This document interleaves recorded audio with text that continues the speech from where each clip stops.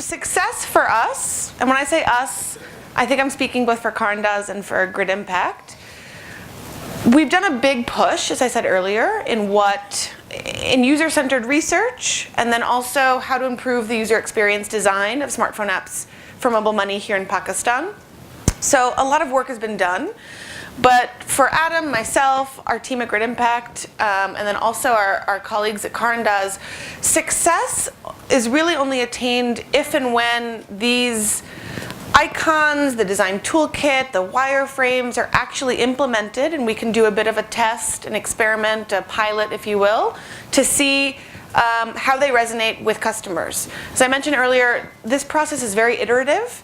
So it does not end today. Just based on what Adam has shown you this afternoon or this morning, doesn't mean that that's the final design of each of those icons or those use transaction flows. It needs to constantly be tested and iterated.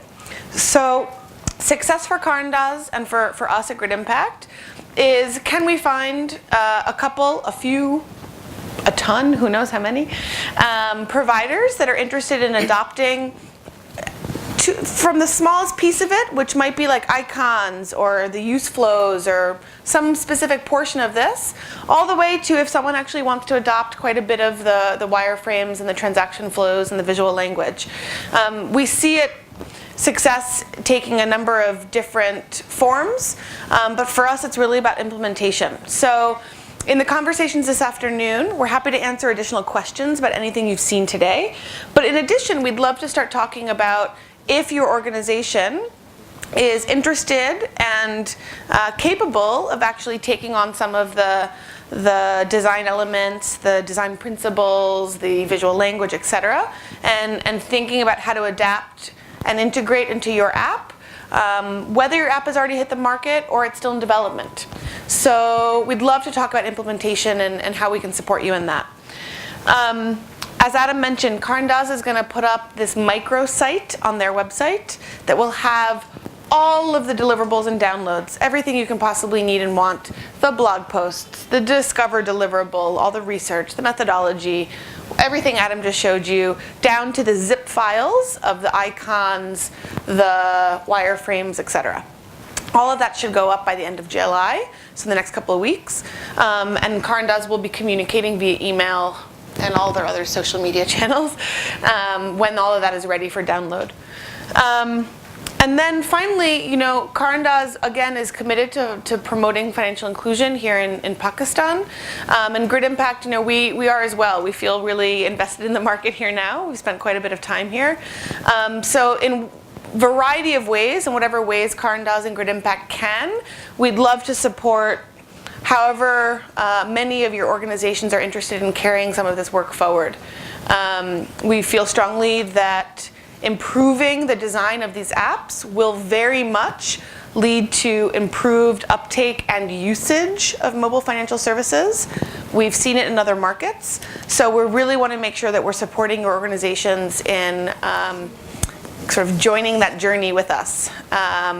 Because it's not enough just to have people downloading your app or opening an account. That's not success, right? Success is our customers actually using these services in a sustained, long-term way.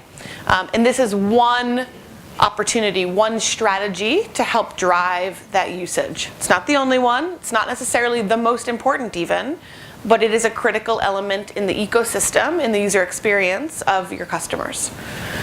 So we'll pause there. Let's take questions for any of the wireframes, the design choices, all of that stuff.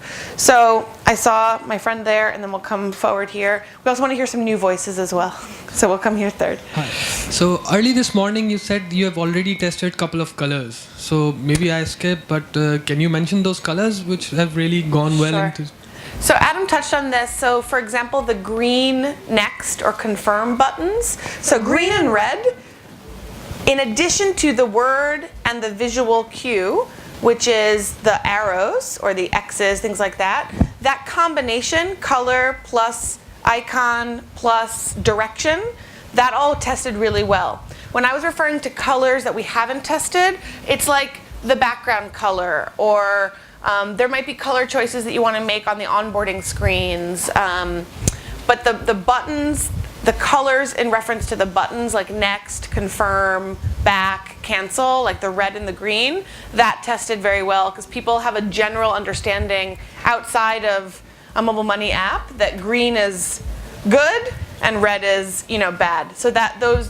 colors tested. Any testing of other colors? Yeah, I think what we want to do with the toolkit is make recommendations on how to use color, but not what color. So for example, we know that those buttons to go forward or go backward is a place where color could support people's understanding of that. To the gentleman who asked the question about accessibility, we know that people will be using this app outside in bright sunlight, or there'll be women who might have poor vision. So how can we use contrast to make it easy to see? So we'll make those kinds of recommendations, but in terms of specific colors, a lot of that's just up to brand and marketing. And you guys in the room probably don't have control over the brand color choices that your institutions have made, so you're stuck with what you got. Yeah. And following these Android wireframes, are you guys also going to share the iOS wireframes or the assets for iOS? Not in this project. Or is that out of scope? If and when anyone wants to commission us to do that, we can. But again, I think they should be. Go ahead. Yeah, what we want to share is the rationale for these decisions, and then hopefully that gives you what you need to know to apply it to iOS or apply it to your current app. Yeah. So we weren't relying too heavily on native Android patterns, kind of keeping it somewhat generic because it's more about the thinking that we want to communicate. Great job with this, Adam. Just very, very impressed. The whole interface is just amazing. I loved it. One question about the Urdu icon. Is that available only on the home screen? And once I press Urdu, does my whole experience switch to Urdu? And is it sticky when I reload the app the next time? And if I want to switch back to English, is that only available on the home screen? So I have to go to the home screen again and click English? I think, so you've asked a very good question. What we want to do is not make it a persistent setting. Make it so that people, when they need help, when they need something translated, they could do that. So if I don't understand what the assistant is telling me because it's some language I understand, how could I switch that? I think with further research and further testing, we might make the decision that once someone changes to Urdu and closes the app, when they reopen it, it should still be in Urdu. But really the insight that drove this was the fact that people had a negative reaction to seeing an app in Urdu, and not just negative, but also it was just unfamiliar to them. So not having to force them to choose that the app is in Urdu, but only allowing them to translate when needed. And we struggle with this all the time is what percentage of the users will actually use the Urdu interface as opposed to the English interface? Do you have any insights in terms of the focus groups you did, whether there is a preference for Urdu or not? We went into this entire engagement very kind of confident that we were going to design an app in Urdu and we were going to be of the people and we were going to give the low-income people what they want, which is a native language. No, complete and utter hypothesis fail. Everyone wanted English. So again, we conducted all of our interviews in Urdu. So conversationally, everyone was speaking to us in Urdu. So again, the rationale would be great. You want your mobile money app in Urdu too. It really wasn't the case. So it's in behavioral science, what we call a cognitive dissonance between two things. So even though people are speaking Urdu at home, conducting business in Urdu, doing interviews with Ali in Urdu, because it's a smartphone app, because it's a financial app, it should be in English. So really interesting insight. We struggled a lot with this idea of should we then change the app, right to left, left to right, because everyone is it's intuitive that people are using smartphones mostly in English, exclusively in English actually, and so it's all left to right. Even with the translation, you'll see the translation, it's in Urdu, but we're not mirroring. So best practice is that you mirror the design and you actually then go right to left. We made the decision not to because people really preferred English, no matter their fluency level, but they liked the idea of this crutch or this assistant in case they need it, in a moment they need it, using the Urdu. It was surprising to us. We really didn't expect Yeah. it. That's great insight. So, Just translating all the words. Now, if you're asking if I go to the next screen, is it still in Urdu? And we haven't built that into the prototype, so I can't show you. And I think that the answer should be yes, but that button needs to be there so that they could switch out of it no matter where they are. Correct. And just two other research insights. We had a flag, a Pakistani flag there. People did not like that, so we used the word. And then secondly, we actually, in our prototype before, when it translates, it switches everything, so even the next arrows, then reversed. And the problem with that is that the Android back button does not reverse. And everybody, all our users, when they are confused or feel like they made a mistake, their first reaction is to go to the Android back button. So this is something that is kind of sacred, and we didn't want to have like different arrows contradicting the direction that Imagine goes the in. cognitive dissonance there. If like the Android back button is left, but then the Urdu back button in our app is right, oh my gosh, your brain would never...